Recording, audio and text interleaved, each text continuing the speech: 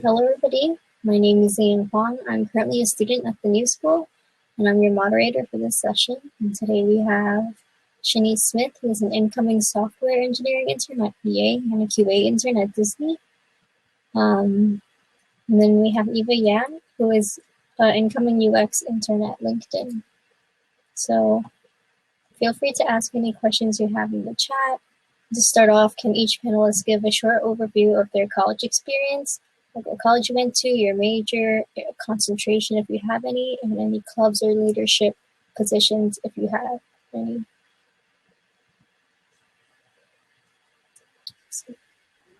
I get started off. I'm currently a senior at New York City College of Technology within the CUNY system. I study emerging media technology with a concentration in game design. I used to go to community college 2 years ago, and there I was the president of the Women in Tech Club for my final semester. Hi, I'm Eva. I'm currently a junior. I'm studying double majoring in computer science and emerging media at Macaulay at Hunter in the CUNY system. And I guess currently I'm a junior, and some of my college club experience involves becoming the secretary of the esports and game design collective in my last semester, and also participating in ACM and also Women in CS Club as a member. All right. So what was the interview process like for your internships? Like how many rounds were there? Did you have to take a test to do any practicals? And what kind of questions were asked? Yes, Shanice can start it off again. Yeah, that's a really good question. For my Disney internship, I went through technically 3 rounds. It called recruiter round, then 2 rounds with different team members. And the last round had a technical challenge where I had to code a problem in front of 2 different engineers and answer questions based on my solution and see any ways to improve my my code. And for my EA process, I went through a 2 rounds that had a final set of like 4 rounds for the final day. So lots of rounds and lots of speaking to people about my experience, what I want to do for the internship, and what I'm looking to get out of the experience. I didn't really know what to expect going into it, but a lot of it was just having a conversation. It was really easy going in terms of what is going on with EA. It really just mostly just figuring out what is a good fit for me and my skill set and how I fit into the company culture of Electronic Arts. Yeah, I was kind of asked questions also on my experience in school and see how that related to what I was applying for as like a programmer or a software engineer intern at EA. So a lot of what I'm learning at school and how it reflects back to how I might be a good fit for that role.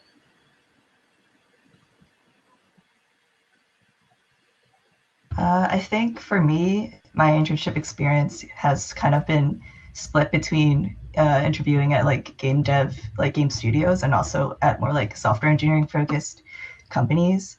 I think in terms of game studio specifically, I interviewed and received an offer from Blizzard, and I feel like their process stood out a lot to me because it was different than traditional programming roles that I interviewed for, because it was very team oriented, and they were a lot more interested in how you fit into their company as a person in their team. And so they asked me a lot of behavioral questions like, why do you want to join us? Why games? And that was kind of like the big overarching question. And I felt like that was the major like question of importance that they were looking for when I was interviewing at Blizzard and like game studios. I think in terms of software engineering companies like LinkedIn and other companies, there's a lot more focus on like having like a sequence of like technical questions and like a process related to that. So usually it starts with like a phone call or something like that with like the hiring manager, and they'll like just ask some basic fit questions to see if you're a good fit for their company, just as a phone screen. And then depending on the company, there will be like a few rounds of technical questions where you have to either take like an assessment online or like code live in front of members of the team or interviewers. And I think, I feel like the software engineering side of it has a lot more like rigidity in terms of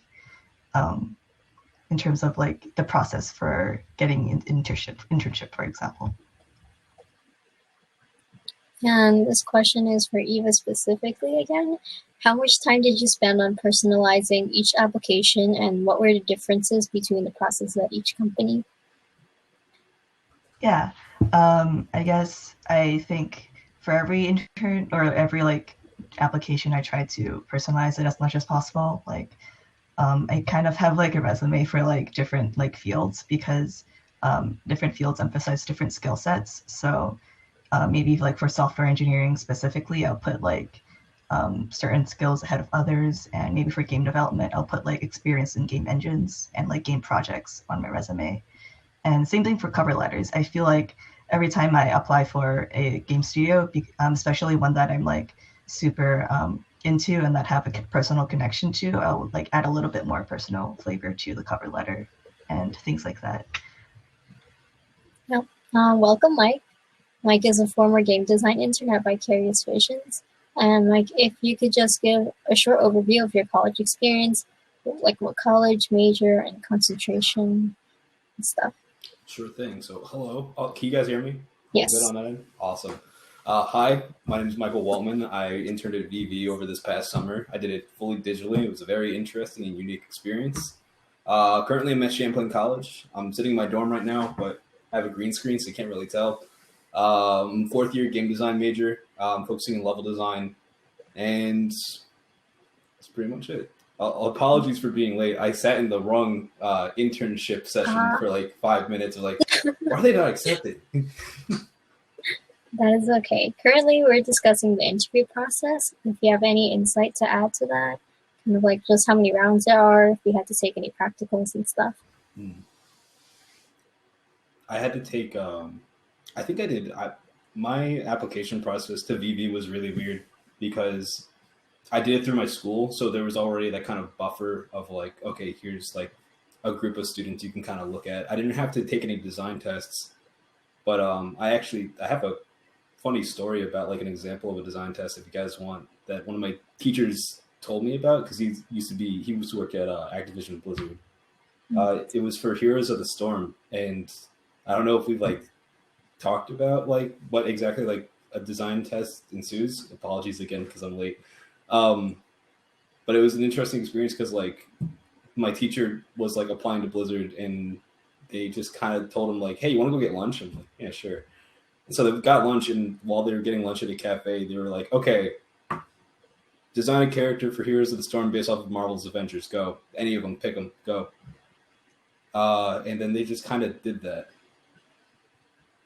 And it went well. Interesting. Yeah. You get the job? Oh, yeah, you got the job. Nice. We have a question in the chat from Elizabeth. It says, should I prepare for video game internships somehow differently compared to regular internships, i.e. submit resume and prepare for interview questions?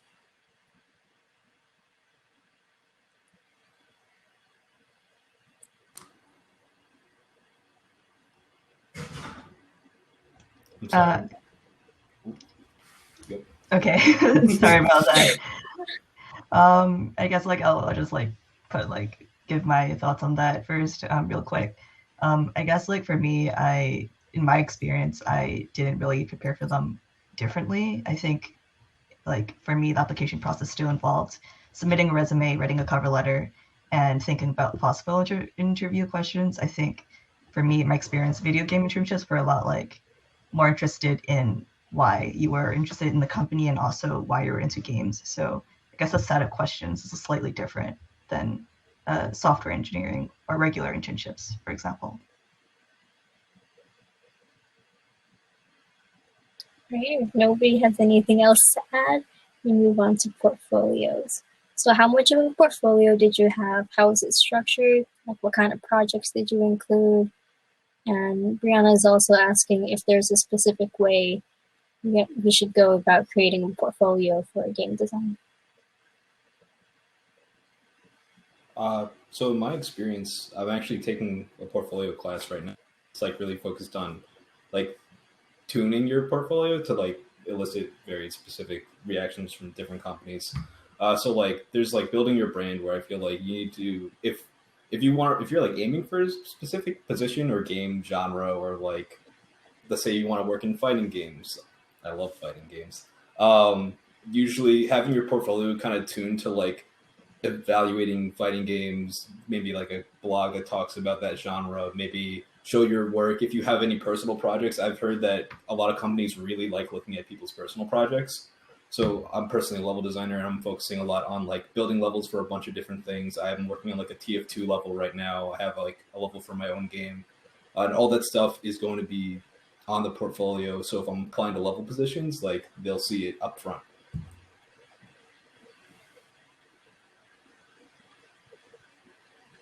Anybody else want to talk?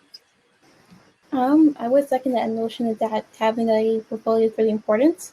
I feel like that was a pretty big piece of my interview with EA, and that's really how I think nailed the interview, because all I could talk about was the games I was making in class and how I was building my portfolio by going to a game jam that following weekend. So it's like I'm building my portfolio by doing things outside my classroom and trying to find ways to try something new and look at different engines and look at different ways to get more involved with game design. So having a way to build a portfolio is a good talking point, and also just a good way to kind of practice your skills.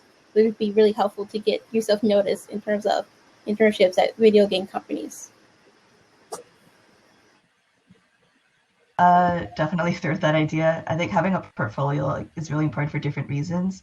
I think first of all, like if you don't have much experience, having just like even a few small side projects gives you a lot to talk about during the interview process. Like even if like it's not like a giant project, like a giant like MMO game that you made by yourself or something.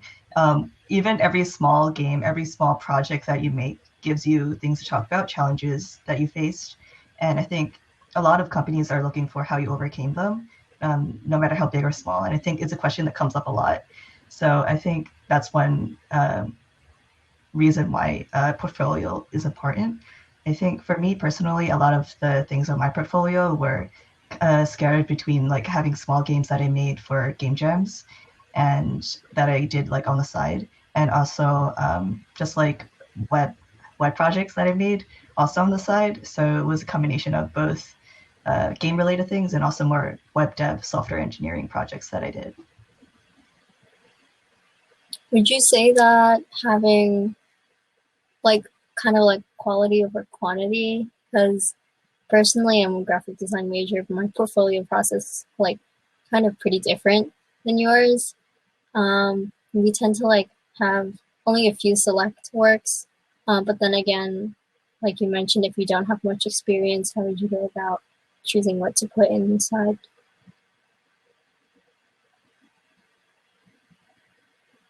In terms of like what goes into your portfolio, I think it should be like something that you definitely like you want to show people, something that you think is like worth talking about, and even if it's not like the absolute masterpiece that like of a game, and if it's something that you feel like you learned a lot of, and that it's like of a decent enough quality that you can show people, and maybe like your friends, or like maybe that's like some like measure that you can think about, like who do you want to show that project to, and what do you have to talk about it.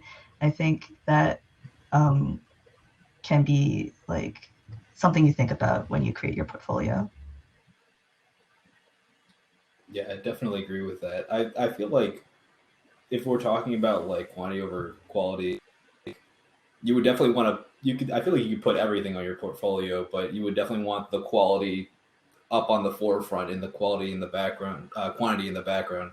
So like if you have like game prototypes or like things you started making and you know it's kind of cool and you want to show it off a little, show it off a little. But like those major projects you've been working on that like definitely have some value to you, and like you can show value that you can give to the company you're applying to, I would definitely like display that at the forefront. Definitely. How important was networking to your interviewing or interning experience? I would say it's really important, and this kind of big reason why I got my internships at Disney and EA is because I networked my way to the hiring managers and the recruiters at conferences. So I went to Grace Hopper conference last year, and also Afrotech World last year, and I just knew there's companies I really wanted to go towards, which was EA for gaming. So I just waited around at EA's booth for hours, waiting for someone to talk to me, and just look for the right person to talk to. Eventually, I found someone who worked there, and they connected me to another recruiter that I spoke to before, but they just kind of passed me by. But having the engineer there made me get to the final round literally the next day. So networking is really important because the right people can lead you to your dream job.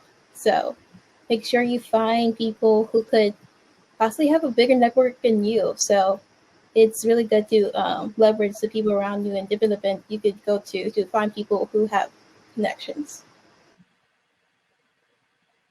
I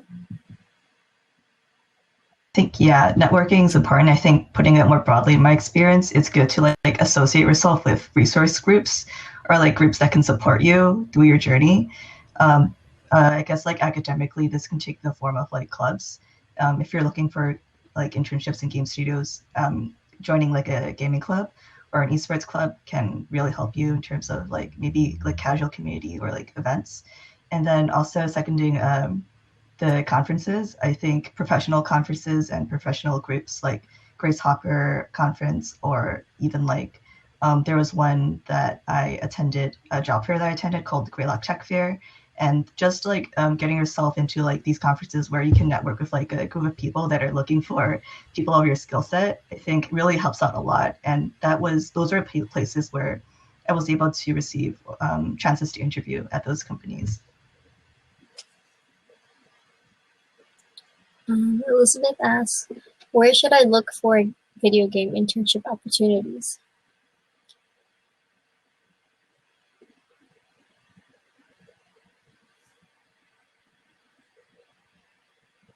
I guess I'll take a gander at this first. A lot of video game internships. I think if it's the questions about internships, they usually open up like around like summer, so like late summer, and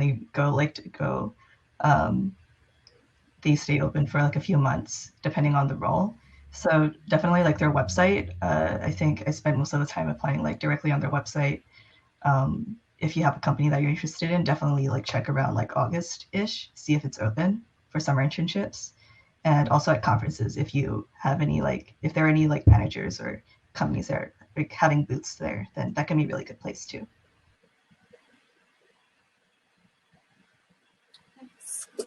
All right, one more question. What skills did you have going into your first internship, and what did you pick up during the internship? If you had more than one internship, how did what you learned there help you get your next one?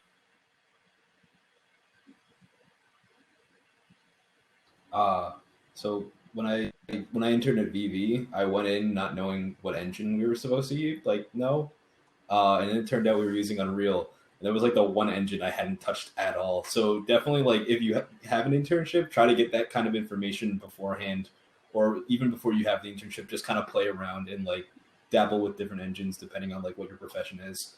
I definitely at my time there, like I picked up a bit of Unreal because it's like the big one right now. But a lot of the time I'd spent there was actually done doing like internal QA, and then also like just learning about more like level design philosophy. So like lanes balancing, map design, all of that. So that's definitely like one of the bigger things I learned there. It was a very insightful experience because I actually just get to like work with people who they're like making a game right now. I was just kind of there learning.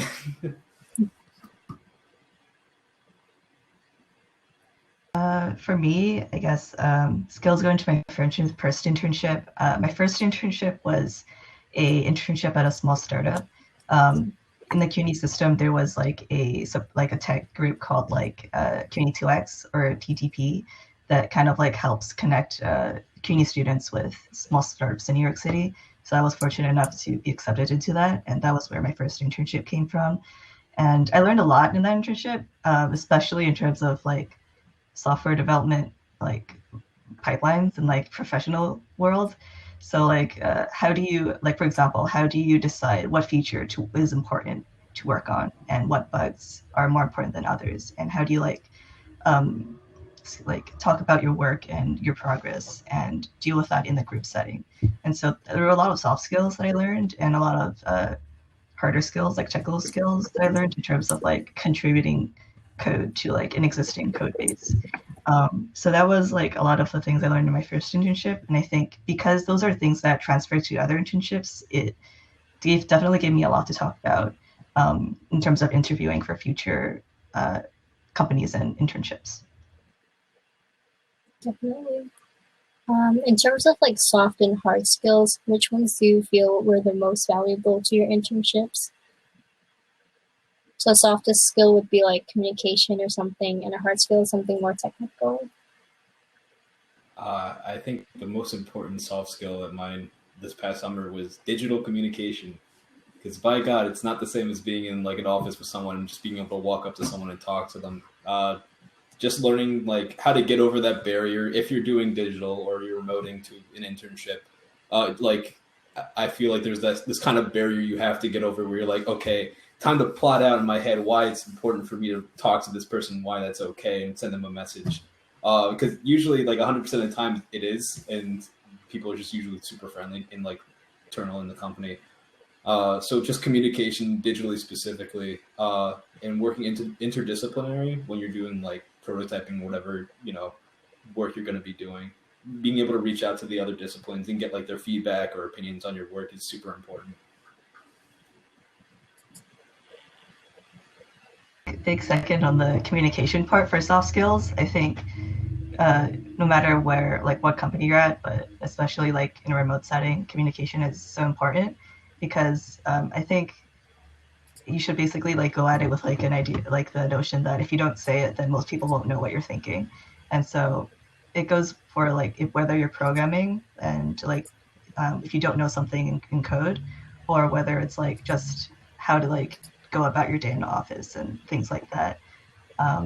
Technically speaking, I guess skills that are important are just like if you're a programmer, then know like certain like object-oriented languages or like game engines that just like get familiar with like how those work. Welcome back, Shanice. Thank you. I want to echo what everyone has said so far. So soft skills is really I've been learning. I learned that internships are a mutual relationship. The company benefits from having you there, but you also benefit from being there, and you have to kind of learn that you can advocate for yourself.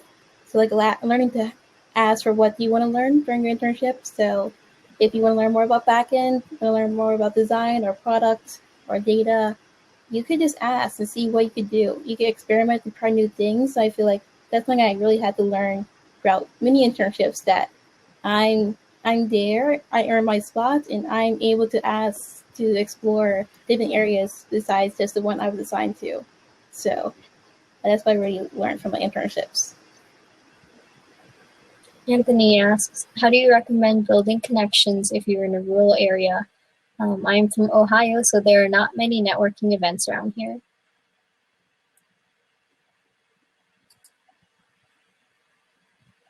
I would say virtual events are your best friend. I'm in so many different Discord servers for gaming, and I'm in many LinkedIn groups and Slack channels, all for different gaming or different development or design groups. And there's just different people out there that creating interest groups for around just like around gaming out there, that you could find your space and find events that are happening online that you don't have to travel or pay any money to go to the different events or conferences that are out there. So there's a lot of resources out there that I could probably define links for, but all of it is like a Google away or online somewhere.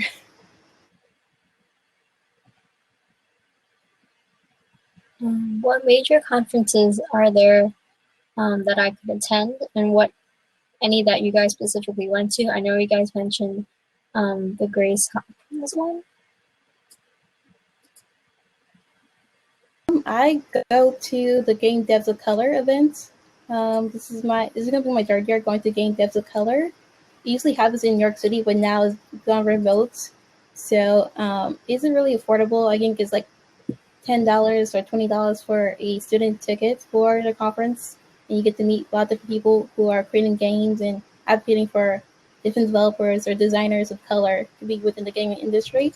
And I think that's a really cool conference to attend.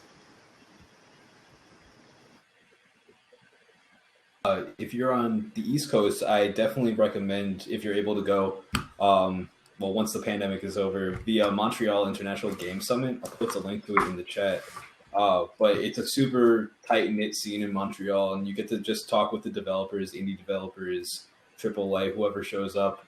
Ubisoft, I know, is there. Last time I went, it was super fun. 3 days just going to booths and interacting with the developers. And that's also another great opportunity for networking because you get to just speak directly with people who are making these games. So that's definitely one I could recommend for East Coast.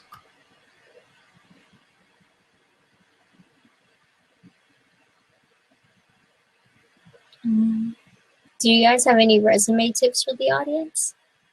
Like what to put on there or what to leave out? Yeah.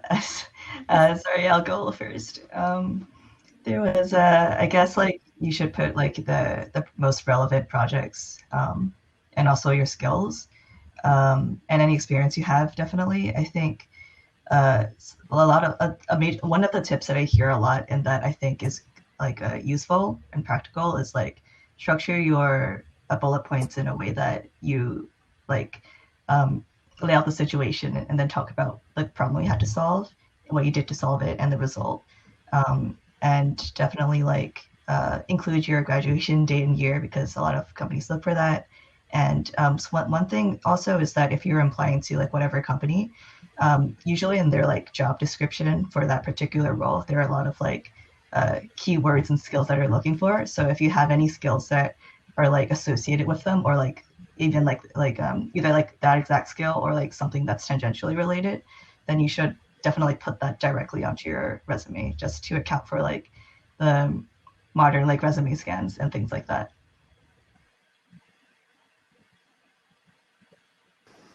I would suggest adding some personality to your resume. Had at one point didn't have any experience at all to show on my resume, so I included projects for personal projects I did through like hackathons. I also had like a section for extra activities and interests. So like I added in that I like video games, and that was a really big conversation starter at interviews that people just like saw I like video games and I like playing like reading sci-fi books. So like having like a section just for interests or different clubs you're a part of really shows like what you value and what you like to do in your free time, and really creates a conversation that could really drive you past a maybe point to a this is a really good person for our team. Let's hire this person point. So add some like razzle dazzle to your resume. The second that I feel like that part is super important. When I was doing the interview process with VV, I put on like, oh, I was on the Overwatch team for my school for a little, and we just spent like 30 minutes talking about how like one of the devs used to be on a competitive Left 4 Dead 2 team. I didn't even like know that was a thing. So like that, adding that pizzazz definitely helps. I think the same thing goes for like cover letters, right? And cover letters, you should also add a bit of your personality to it and not just kind of dry. Like make sure you're like you highlight your relevant skills, but I feel like cover letters are placed definitely, especially where you can like emphasize why you want to work for the company, and it, like add a little like sentence or two or like touch of like if you have any personal connection there, it's like a really good.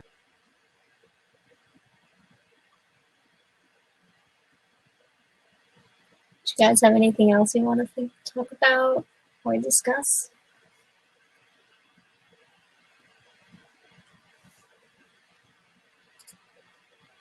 think I've ran out of questions. What kind of games do y'all like? Or what are you currently playing? I really like fighting games. I know I'm a designer and those two don't mix, but God, I love fighting games, dude. I'm playing a lot of the Dragon Ball one right now.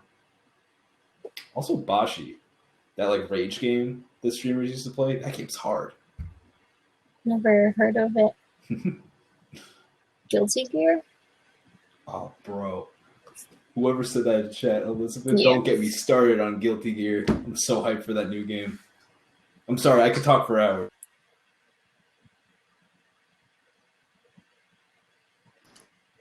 The Sims, and I'm doing the 100 baby challenge right now. I'm on baby 71 right now.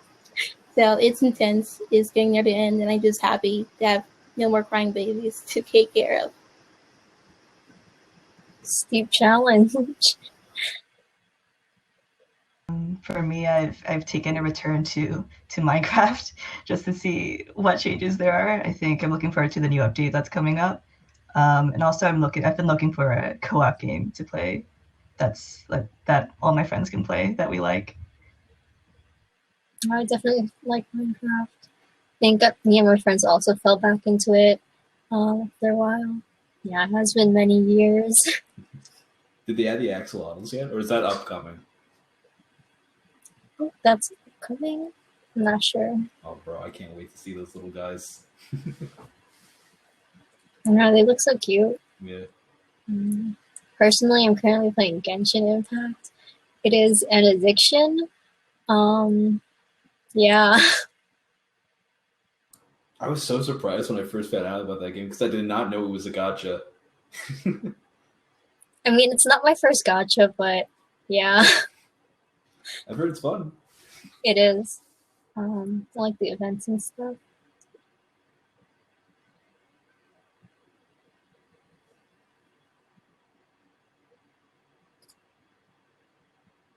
Oh, there we go. From Cynthia. How much should you send to your social media accounts? What is appropriate to have on your social media accounts? I guess what is not. I would say I don't really censor myself on social media. I have an active Twitter account that I pretty much post anything that's I feel like is appropriate for me to share with the world. I think at some point I feel like if you can't accept me where it's like I'm being vocal about what's going on with the world or how I feel about the recruiting process or how I feel about the lack of diversity in gaming, and if you can't really accept that, then I don't really want to work at that company. So I feel like you don't need to censor yourself so much on social media, but please just be careful about there's bad people out there. So like please private your account if you need to. So take care of your identity and your security.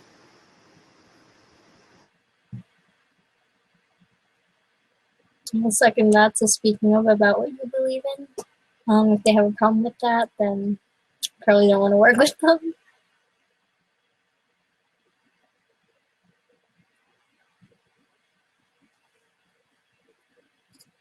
There was also like an earlier question I don't think I answered like properly. It was Bianna asked, is there a specific way we should go about creating a portfolio?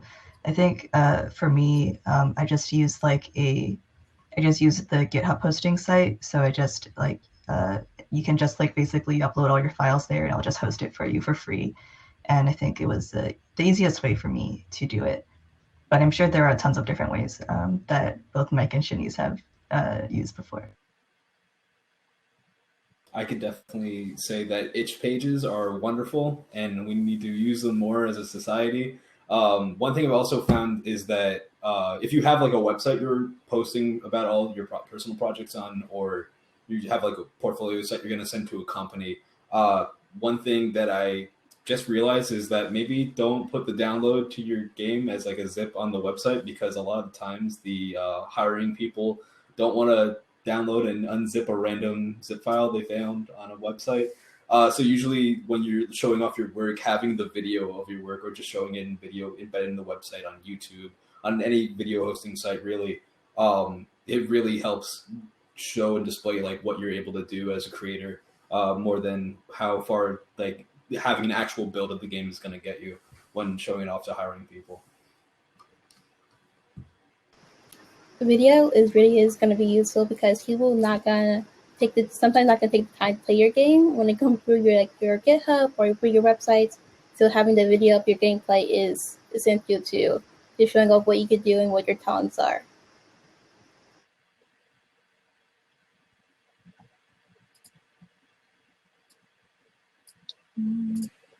Going back to social media real quick, I also want to say that social media is kind of like important to networking. If you have people you want to like reach out to on Twitter or like just cold DM, ask for like portfolio review or advice, it's also a really good way to network.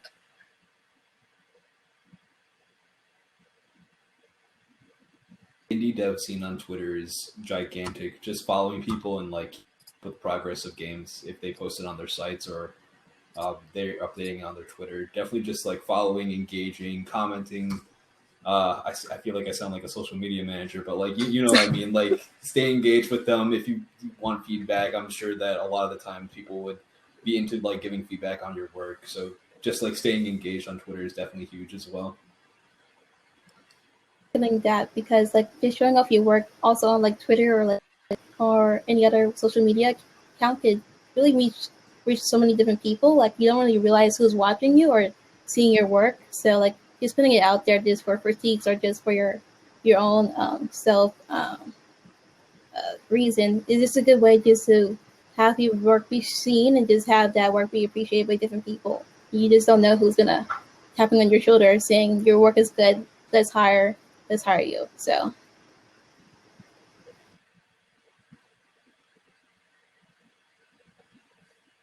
I want to thank you all for coming and talking about your experiences.